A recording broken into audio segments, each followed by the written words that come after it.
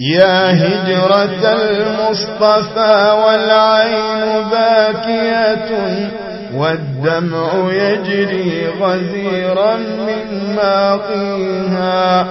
يا هجرة المصطفى هيجت ساكنة من الجوارح كاد اليأس يطويها.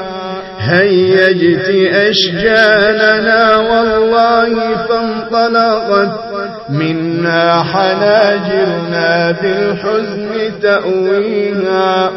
هاجرت يا خير خلق الله قاطبة من مكة بعدما زاد الأذى فيها. هاجرت لما رأيت الناس في ظلم وكنت بدرا منيرا في دياجيها. هاجرت لما رأيت الجهل منتشرا والشر والكفر قد عم بواديها. هاجرت لله تقوي البيد مصطحبا خلا وفيا كريم النفس هاديها. هو الصديق أبو بكر وقصته رب السماوات في القرآن يرويها. يقول في الغار لا تحزن لصاحبه فحسبنا الله ما أسمى معانيها.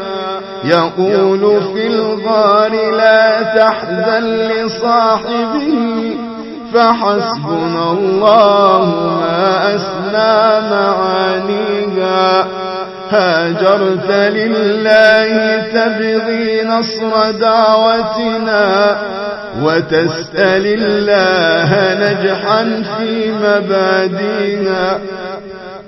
هاجرت يا سيد الأكوان متجها نحو المدينة دارا كنت تبغيها. هذه المدينة قد لاحت طلائعها والبشر من أهلها يعلون واصيها. أهل المدينة أنصار الرسول لهم في الخلد دور أعدت في أعاليها.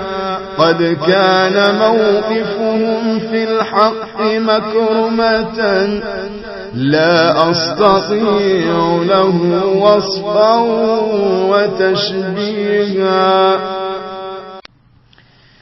يا هجرة المصطفى والعين